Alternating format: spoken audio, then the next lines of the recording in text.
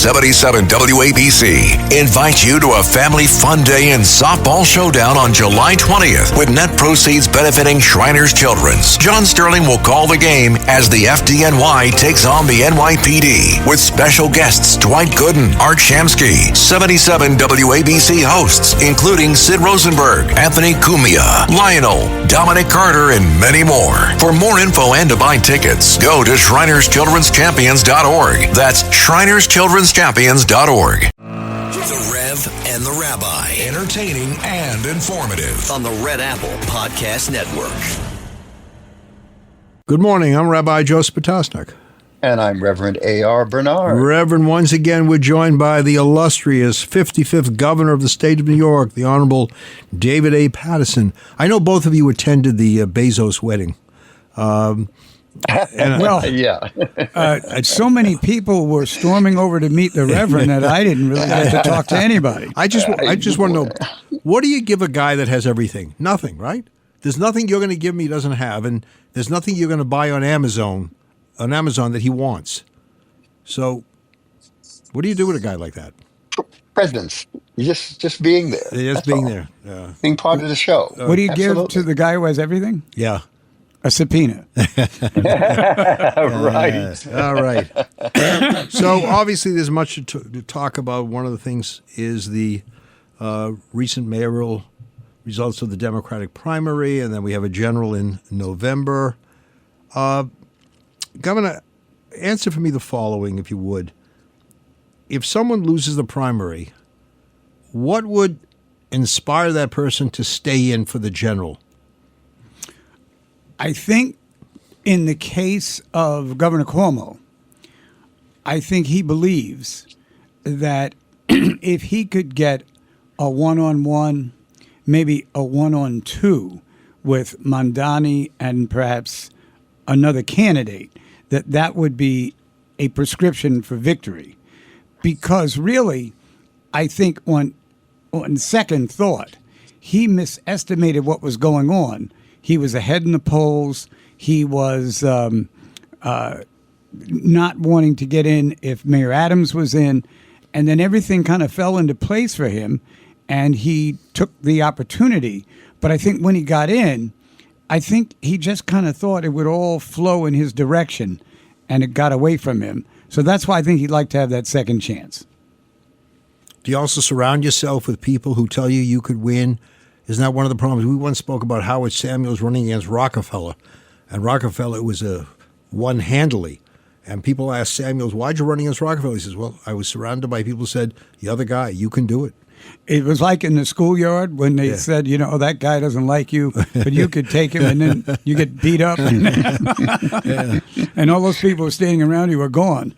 Is that true? You have a coterie of, supporters who tell you what you want to hear, not necessarily what you need to hear? That is, I think, a relationship and an interaction that doesn't just happen in politics. It happens in business, it happens in families. It happens in situations where someone is trying to achieve something, and they have to have a mix of people who are supportive, but also honest enough to tell you sometimes when you've messed something up. Rev? Governor, in religion, we have the orthodoxy and we have the orthopraxy. Mm-hmm. It's also true in politics. The orthopraxy is the practice, the ground game. And without a good ground game, you know what happens, Governor. You lose. And it seems that someone had a better ground game. Talk about the ground game. What does that involve? Mamdani's ground game was shocking. He had people all over the city. He got a lot of people out. Now people are criticizing him for having a ground game. A ground game is what wins. He'll laugh all the way to the bank if they keep criticizing him for that. But at the same time, your ground game has to be calculated. Now, Governor Cuomo went through Harlem on a flatbed truck. He had the elected officials with him. It looked like pure 70s, probably situations he and his father did when his father was running for office. And it didn't translate. the people of Harlem would, walk past the truck. You could barely see the people who were on the truck because it was so big. And the next day, Mamdani comes. Not only did he come to Harlem, but he brought with him a diverse group of people to march with, and they were all over the place. And I was shocked that they were able to get that kind of reaction, and inevitably he won Harlem. He won Harlem. He won Manhattan. He won Brooklyn. He won Queens, and all the former governor was able to do was to eke out a victory in the Bronx.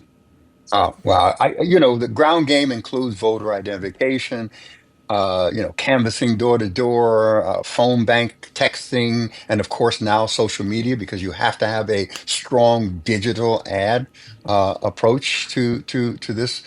Do you think that Cuomo knew his base and knew his battlefield well?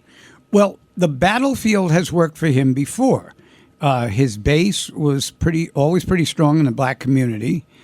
He never really had, if you look at his career, a difficult primary. He, going back to 2002, he runs against Carl McCall in the primary, and gets out of the race right before they're about to count the ballots. And Cuomo beat him. McCall beat him decisively. But what people blame Governor Andrew Cuomo for was that he caused McCall to spend $10 to $11 million on the primary. Then, by winning, he got to run against Governor George Pataki, running for his third term with $57 million. So any chance he would have had was wiped away by the primary battle. So he comes back in 2006. All apologies to McCall. Everyone makes up. He becomes Attorney General. No real opponent in the primary. 2010, the year that I step down and don't run, he runs and wins wins handily. In 2014, a little bit of a couple of candidates run against him. The debates were a little more spicy that year. Then 2018, he wins without anyone even challenging him. So this was really the first competitive primary that he's ever been in, and that might have been his undoing because he had no reference for it. Wow. He didn't have anything that he could remember in past primaries that was similar to this. So let me ask you about the powers of a mayor versus the powers of a governor as they relate to one another. Here you have a candidate, Mamdani, who's making all kinds of promises: free groceries in certain areas, free bus fare, rents, stabilized apartments frozen at 2%. And the governor has his or her powers. If a governor wants to really hurt you or impact your ability to govern, what has to be done? Well, I think that Mamdani has said that where is he going to get the resources for all this? And I think he, in one of the interviews a couple months ago, said he needs $10 billion from the state. Now, if I was still governor, he wouldn't get a dime of that money, because you have to not just want to do things, you have to want to do things that work. So if you had free buses, which means no one's cleaning the buses, I don't know that the ridership would stay. No one's driving the bus. Same thing goes for the subway. Same thing goes for all of it. It was almost as if it reminded me actually of what used to go on in student government when I was in high school and college. The people who ran promised things that they had no control over. One time when I was in high school, this friend of mine was running for president of the class when we were seniors, and he said there would be no more 8 a.m. classes. The classes would start at 9 a.m. And and in some ways, Mamdani took like your wildest dreams, your fantasies, and handed them to you and said that he could make them come true. But with a governor and an MTA board that is not going to let him control who rides the subways, it's the whole thing's going to fall apart. However, what's happening with Mandami, and I saw this happen with Trump, is that even though he may say these things that sound outrageous, he's saying them in places and saying them in a way that he gets support. We're going to take a break right here, come back with more of the Rev and the Rabbi. Stay Why are tuned. we taking a break, Because Rabbi? our producer, I'm just getting warmed up. our producer, I'm jumping it in. is- I get it. I yeah, get no, it. he's looking at me with that stern, face and fingers moving in all different directions. Yeah. We'll be back. Yeah. Stay tuned for more of the Rev and the Rabbi. The Rev and the Rabbi on the Red Apple Podcast Network. 77 WABC invites you to a family fun day and softball showdown on July 20th with net proceeds benefiting Shriners Children's. John Sterling will call the game as the FDNY takes on the NYPD with special guests Dwight Gooden, Art Shamsky, 77 WABC hosts including Sid Rosenberg, Anthony Cumia, Lionel, Dominic Carter, and many more. For more info and to buy tickets, go to ShrinersChildren'sChampions.org. That's ShrinersChildren'sChampions.org.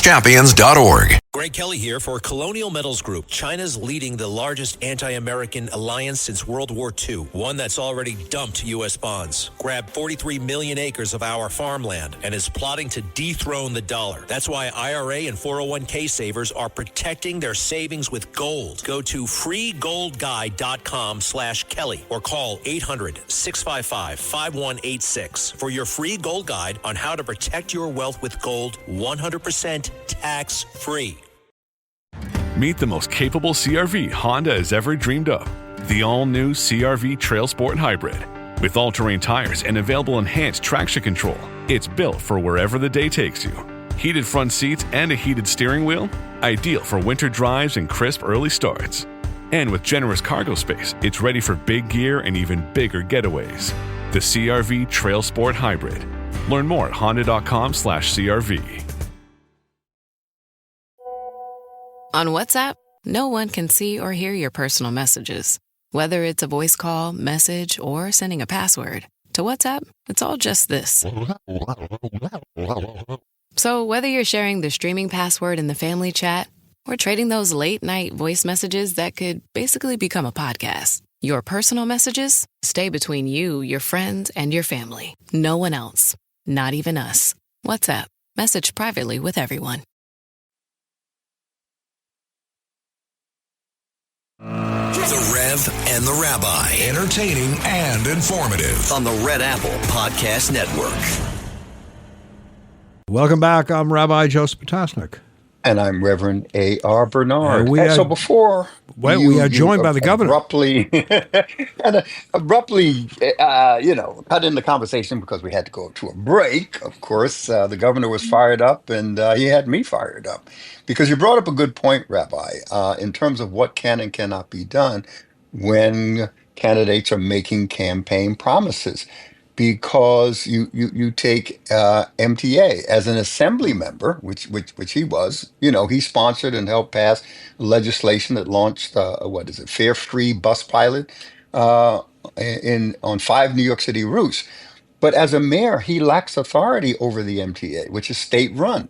So he can make promises about free buses for everyone, but he really doesn't have the power as mayor in order to do that. The same with state level tax increases on the wealthy and corporations. As mayor, you can't impose tax policy. So, Governor, respond to that reality, please. Well, the one problem I had when I became governor is that Michael Bloomberg had become the mayor in 2002, and I got there in the middle of 2008, and the mayor had created relationships all through state government. And so a lot of things that he wanted to happen, it was kind of hard to get in the way of it. And I didn't really disagree with anything that he was doing, but I just recognized that he really utilized his position as mayor, and he didn't do it by giving orders. He did it by forming relationships that I then had to go and form a relationship with him so I could make sure he didn't saw the floor out from under me. And it was... but it would take a lot more discretion and a lot more respect than the candidate Mondami is offering here. In other words, when we'd have these meetings, we might not be on the same page, but we always understood what each other's role was, and we always understood what the other was trying to accomplish.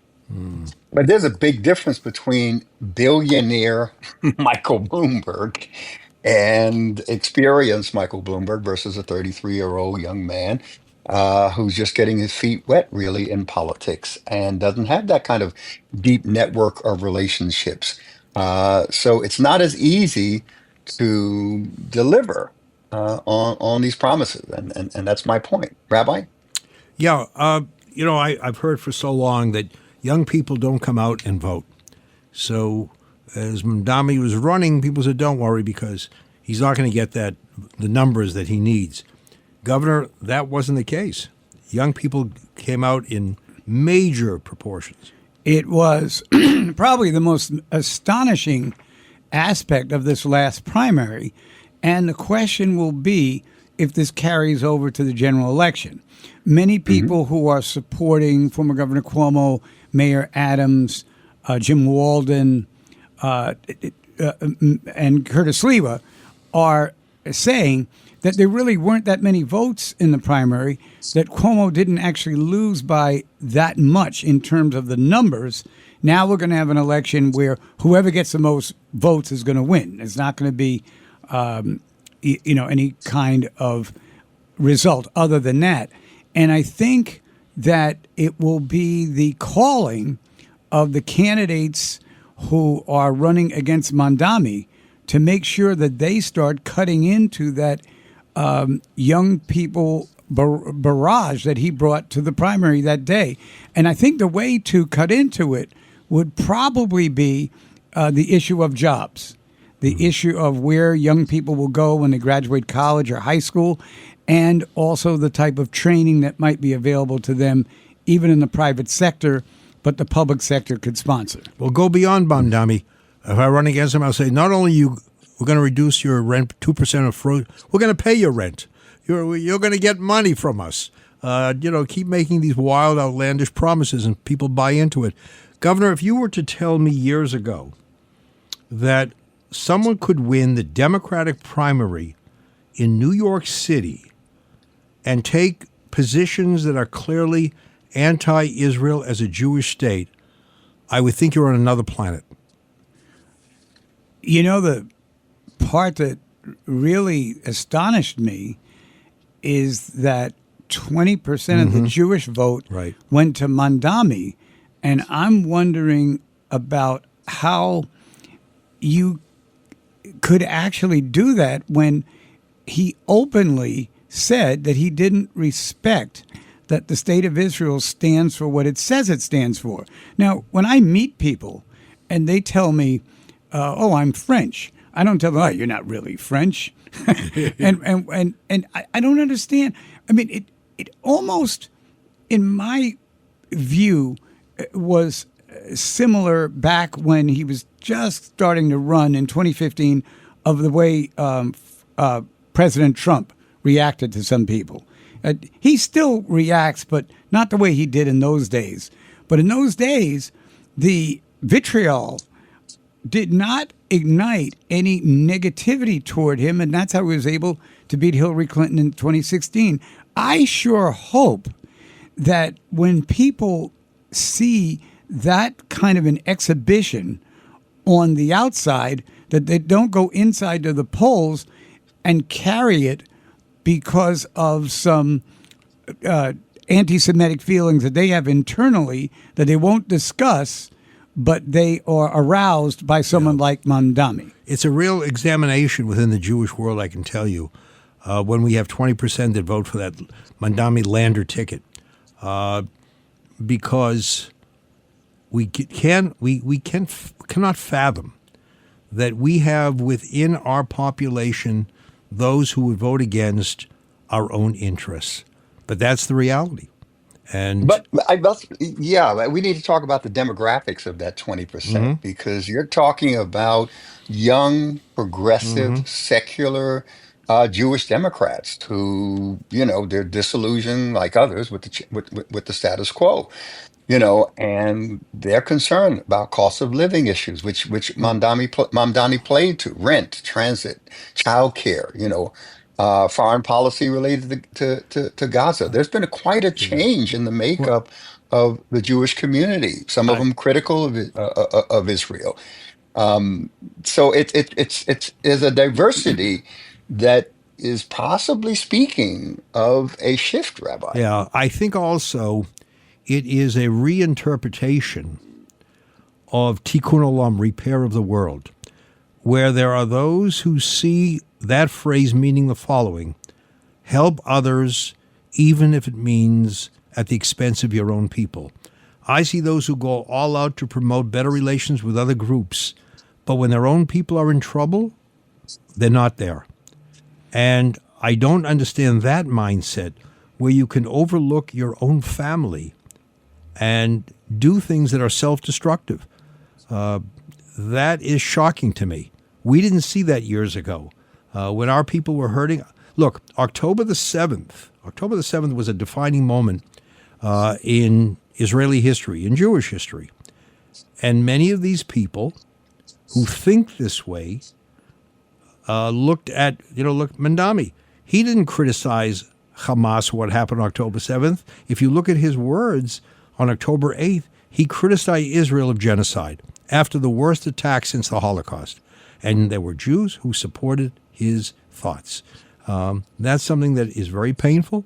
It's something we have to examine and find out, where do we go wrong? What did we teach these people? And of course, many of them on the university campuses heard the same thing.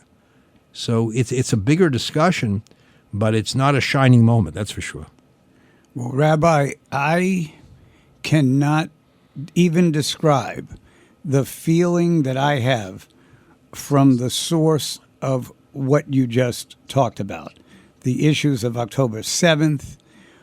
So now this is a new thing.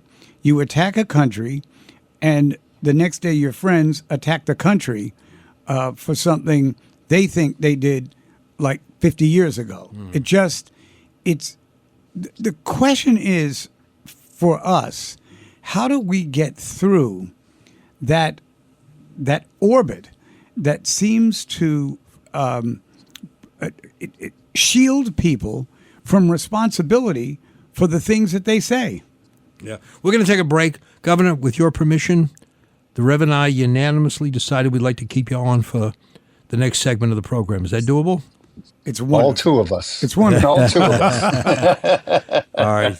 So stay tuned for more of the Rev and the Rabbi. We'll be right back. The Rev and the Rabbi on the Red Apple Podcast Network.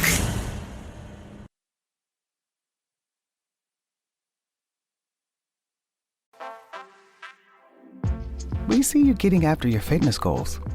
But what about those money goals? You can count on Credit Karma for a clear view of your finances and your progress, helping you see results so you can keep checking off those financial personal bests and find your way to money. Progress never felt so good. Download the Intuit Credit Karma app and start achieving your money goals today. Intuit Credit Karma. Karma you can count on. Get unready with me while I talk about my favorite beauty hack, Colgate Optic White Pro Series toothpaste. This unique formula is able to dissolve even those deep-set stains below the surface of your teeth, brightening your smile inside and out. The best part? Twice daily brushing with Colgate Optic White Pro Series toothpaste gives you a visibly whiter smile in just 3 days. But I'll let the results speak for themselves. Colgate Optic White. Find it at all major retailers. Get your mother-loving ears on because your big-time radio DJ's got news. PayPal lets you pay for stuff in-store, online, or over time. Now that's a tune. You can pay your own way. Don't just pay, baby. PayPal. Learn more at PayPal.com. This episode is brought to you by Buffalo Trace Distillery. Powerful yet smooth. Contained but never tame. Proudly going their own way, but never going alone. This is the spirit inside Buffalo Trace Bourbon. Made at Buffalo Trace Distillery, the world's most award-winning distillery. Buffalo Trace is always perfectly untamed. Distilled, aged, and bottled by Buffalo Trace Distillery, Franklin County, Kentucky. 90 proof, 45% alcohol by volume. Learn more at buffalotracedistillery.com. Please drink responsibly. The Rev and the Rabbi. Entertaining and informative on the Red Apple Podcast Network. Welcome back. I'm Rabbi Joseph Potasnik. And I'm Reverend A.R. Bernard. And we are joined once again by the 55th Governor of the State of New York, the Honorable David A. Paterson. So, Rev, during the break, Yeah, we were talking, and I was emphasizing that these are millennials and Gen Zs who reflect a shift, changing priorities towards issues of domestic concern. These are Jewish voters who are reframing their political identity, no longer centered on traditional Israel first loyalty. That's a harsh reality. They're looking at progressive values and economic justice now. And Mamdani is singing that song. I get some of that, but where is it that young people think siding with Hamas, a terrorist organization, supporting that phrase globalize the intifada, resulting in the murder of Jews, how is that acceptable? What progressive value is that when you can support murderers? There is none. But you're talking about society that's overlooking a lot of the rhetoric. I mean, come on. The things that this current administration has said, and it's just like, even to overlook how does one overlook rhetoric that calls for your destruction? It's like one of the candidates said, "Well, I disagree with Mandam." Disagree? You should denounce him, not just disagree with him. It's not just a minor. We differ on the issue. The issue is my existence as a Jewish people. That you disagree with? Again, let me just say this, all right? Because they're focusing, they're placing domestic equity and human rights above what's going on in another region of the world. It's amazing, but this is how they're thinking, Rabbi. Look, I understand being committed to the protection of human rights. I don't understand being committed to the destruction of the rights of your own people to live. That I don't get. Weigh in on this, Governor. I was educated in the Long Island public school system. I was in Hempstead. And when I was in fourth grade, there was a dispute about the fact that one of the other schools in the district had no black students. So there was going to be a lawsuit, but they had a meeting and they decided that certain students would be sent to this school. And I was one of them in 1963, 1964. We went there and the school was, all white. There were no problems in that respect.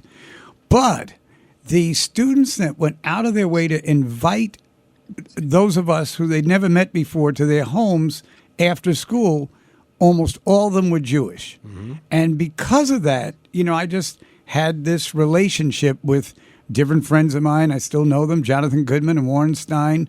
And so really what I'm really saying is that some of the orientation is going to have to be addressed at ages younger than we would have thought to start to explain to 8 and 9-year-olds what 19 and 20-year-olds can't seem to understand. And the reason they can't understand it is that they have some anger or frustration at something, but it was not anything that ever attacked them.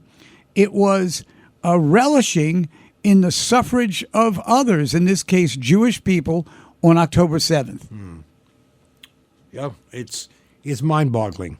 And the fact that you have Jewish politicians who didn't rally to the Jewish side, who immediately ran to endorse Mamdani, who didn't say, as some did, I have serious concerns. I have real problems with the positions here. I really need to, have a major confrontation on these issues. Instead, they put that kosher stamp. He's the guy. I'm going with him. And they're Jewish politicians. That, to me, is, again, the self-destructive nature. And I say it's tikkun olam turned upside down. Help you, and the heck with me. There's a lot at stake here. You look at the real estate industry that got behind Cuomo and big bucks that were, contributed to his super PAC. And now they're trying to figure out What are we going to do now? That's responding to that shift that we're talking about. Do they negotiate with this individual, Mamdani, because he is, according to all the polls, the presumptive winner of the general election? Or do they now consider an Eric Adams, as an alternative? And some of them are already making those moves. Governor? I think that there's going to have to be something worked out with these four other candidates who would be running against Mandami. And it's not because anyone wants to particularly gang up on him. It's that many of his policies, not all of them, but very many of them, would almost ignite that he be ganged up on because it threatens the relationships that exist right here in New York City, and it threatens the relationships all over the world where we used to come to the aid of people who were being attacked. Now we find ways to make excuses for it. Yeah. And Governor, let me ask you a question. Rabbi, you wanted to say something? yeah, I just before want to say that this attack on the wealthy, I mean, you cannot walk by a hospital, you cannot walk by a Center for Higher Learning without seeing the names of billionaires, millionaires on those buildings.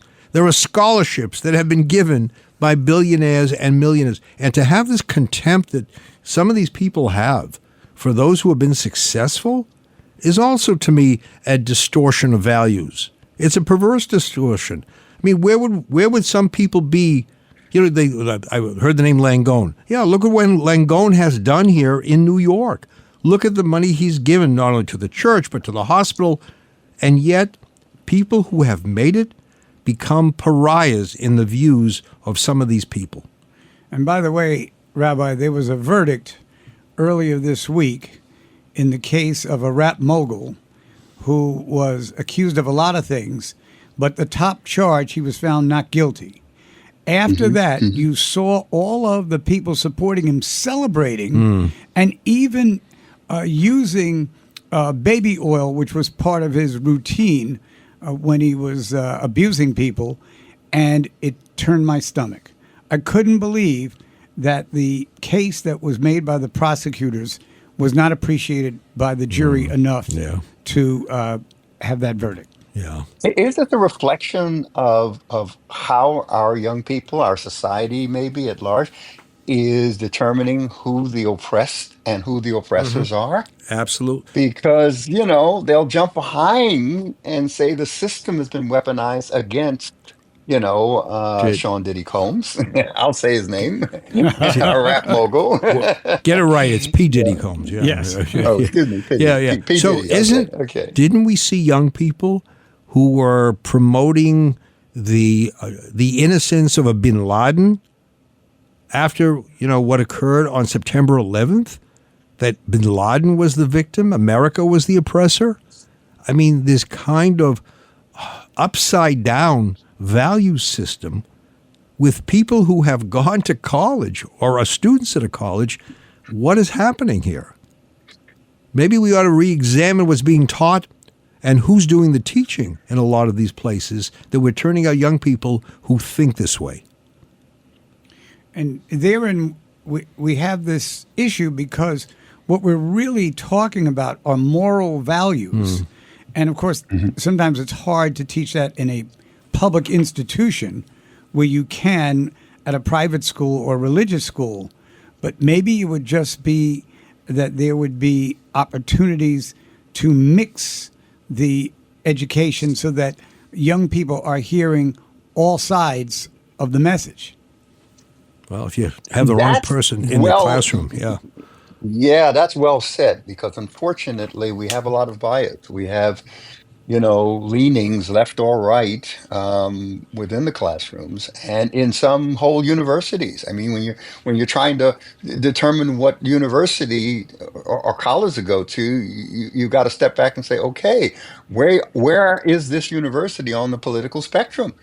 I'm going through that with choosing a seminary for my grandson to go to get his master's degree, his Master of Divinity. Think Yeshiva University, Rev. Yeshiva University. He'll be welcome there. They'll treat him, like a prince. Yeah. I know that we're going to be coming to the close of this segment. We've got another segment coming up, but it's interesting because this is a national program. So we have people who are listening from across the country, and we need to talk about why this New York City mayoral election has national impact. Can you speak to that, Governor? Well, for instance, a friend of mine who works for me, who lives in New Jersey, said that all of a sudden a number of socialist candidates are popping up, and the Democratic candidate for governor is Mikey Sherrill, and they are afraid that these candidates are going to ruin Mikey Sherrill's chance to beat Jack Ciattarelli and be the governor of New Jersey. So it's taking on a national profile, because here's an incident in New York changing the way people are planning to campaign in New Jersey in November. Yeah.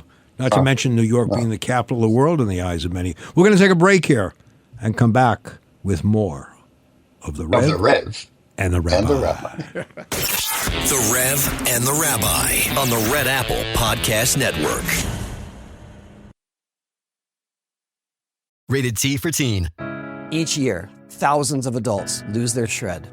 It's an epidemic simply known as shred loss. But it doesn't have to be this way, because rekindling your shred is as easy as playing the new Tony Hawk's Pro Skater 3 and 4. With new parks, cross-platform multiplayer, and sick new game modes, we can put an end to shred loss everywhere. Get the new Tony Hawk's Pro Skater 3 and 4 and show the world that the shred's not dead. Pre-order Tony Hawk's Pro Skater 3 and 4 and play the Foundry demo. This episode is brought to you by Blink, an Amazon company. Think you're ready for Prime Day? With up to 50% off Blink Smart Security, you will be. With crisp HD video, real-time alerts, and two-way talk, you'll know the moment your packages arrive. Save big on Blink Smart Security, starting at just $19.99 with the Blink Mini 2 plug-in camera. Shop now at amazon.com/blink. Going on vacation? We're here for it. With kids who turn a back seat into a courtroom drama over whose tablet is louder, whose charger is faster, and why watching the same cartoon for the 100th time is a human right? Yep, we totally have vehicles to handle that. Because whether it's a road trip or a business trip, where your flight's delayed, your phone's at 2%, and your dinner, whatever's open, yeah, here for that too. Enterprise, we're here for it. This episode is brought to you by Avid Reader Press. Legendary investor Ray Dalio's new book, How Countries Go Broke: The Big Cycle, explains the mechanics behind big debt crises. Larry Summers says Dalio's brilliant iconoclastic approach is an invaluable resource, and Hank Paulson says it provides a solution to what is the biggest and most certain threat to our prosperity. Read it to understand the greatest economic issue of our time. Available now wherever books are sold.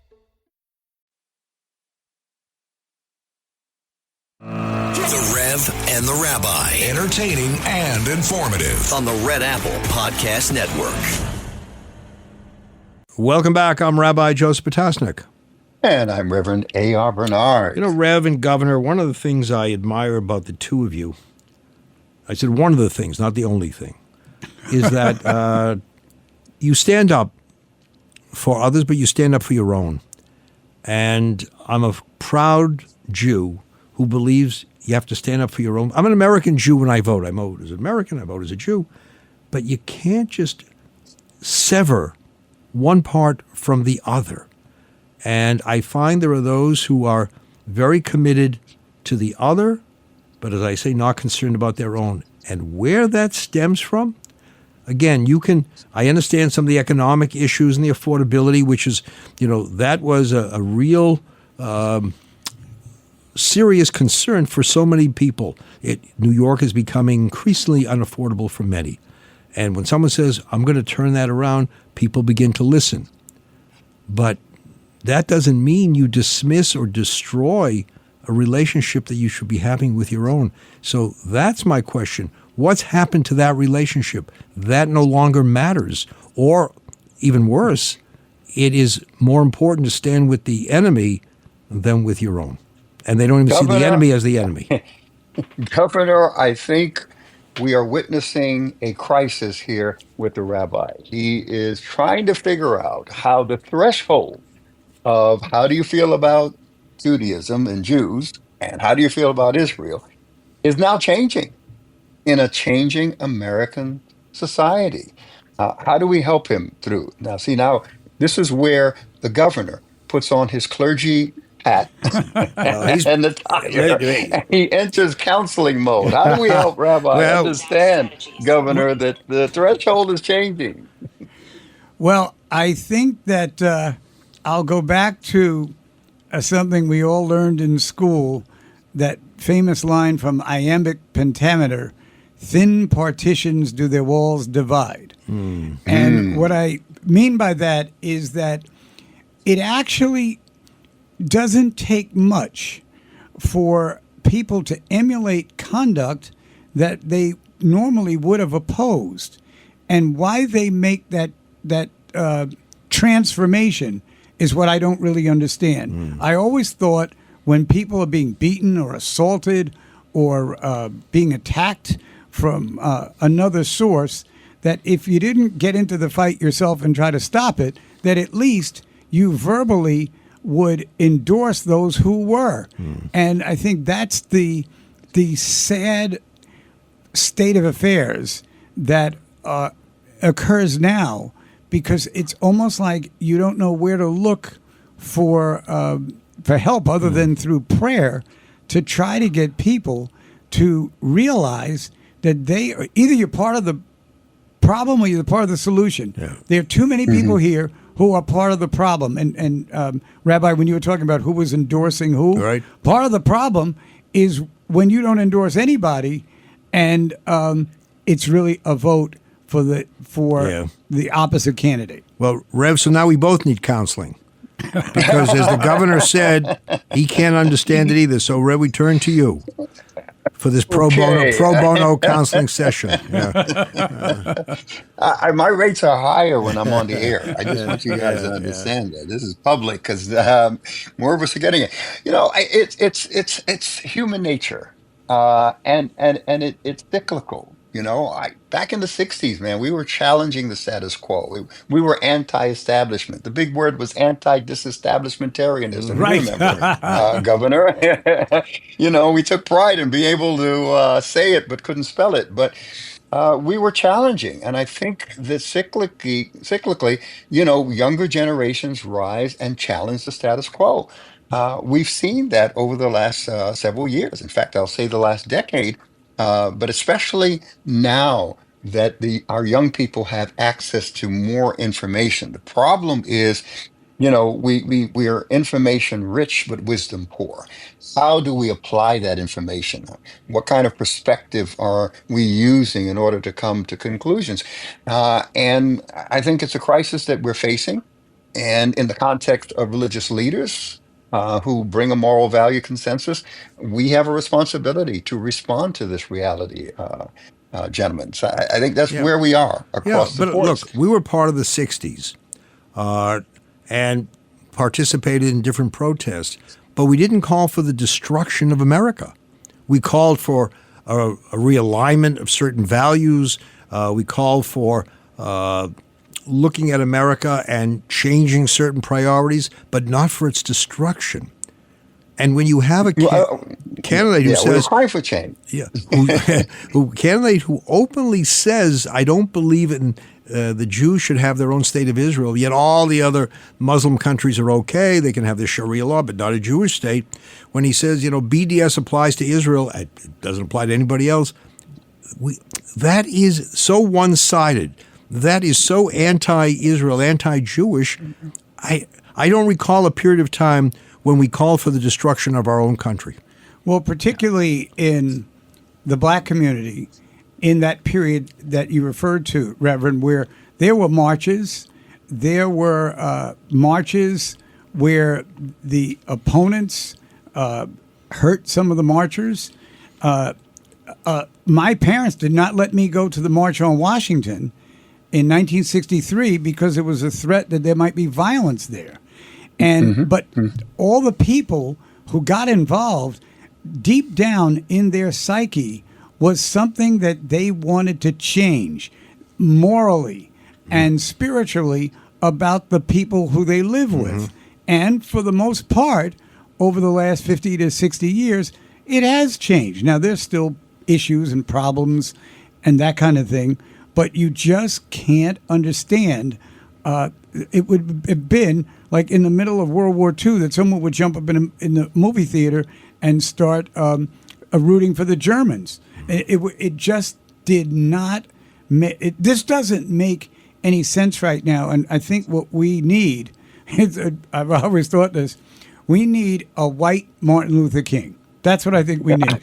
We need somebody who, maybe it's you, Rabbi. Breaking news. Well, this is breaking news right here. I've been offered this Rabbi position. Show. But seriously, somebody with great values and the ability to motivate people, somebody with Mondani's energy, but a noble mind, and maybe from that we might get somewhere. Well, yeah, the irony is, gentlemen, and as much as and I process it. I was involved I was part of the busing program, the desegregation program, going to school, living in a black neighborhood in Bed-Stuy and being bused out to Queens as part of the desegregation program. The irony is, gentlemen, that all of us who wanted to change and overthrow the system, and we felt we had to do it externally, the majority of us are now working within the system. To change it, because that's the only way change is. But we didn't want to become Nazis, and most of us don't want to become Hamas. And yet, interestingly enough, the socialist movement was a concern in the first half of the 20th century and in and around the 60s. Dr. King was considered a communist by certain segments of American society. Governor, you're aware absolutely. of that. Absolutely. They were saying that he was sponsoring the communist doctrine when what America was doing by segregating people at that particular time was exactly what the communist doctrine was, controlling other people. And he was able, with a lot of other leaders, to break those chains to the point that even George Wallace, before his death in the mid-'80s, talked about how wrong he was to have taken those positions at the time. Yeah, we have 2 minutes left. I just want to say to both of you that, this is July 4th weekend, and you see the exodus from the city. Hopefully it's not a precursor to the election of Mondani where you'll see an exodus from the city. But people need to really think of how we got to be this great country, independent country, where you can say things that may not be popular, you can participate in different movements, and appreciate the beauty of the country. Not just to follow some slogan on a social media post that has no substantiation. We really, it requires a deeper thought process and really rethinking of who we are and how we got to this place. That, to me, would be a better time spent for July 4th weekend. Excellent. Governor, closing words? I think that I'm going to nominate one of you later this year for the Nobel Peace Prize, but I can't reveal who it is at this time. Well, I would be willing to share it with the Rev. I tell you, I love it. When received, I will give him honorable mention. Yeah. All right. I'm going to say this. Before we close. All right. The future of New York City, based on this election, is the difference between experience and experiment. I'm just saying. That's it. My closing words. And the experiment of socialism has failed over and over again. No one can name a socialist country that survived. Right, there was none. All right, gentlemen. Thank you. Governor, always wonderful.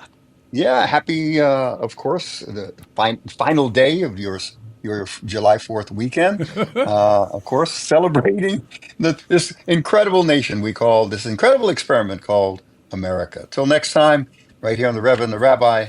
God bless.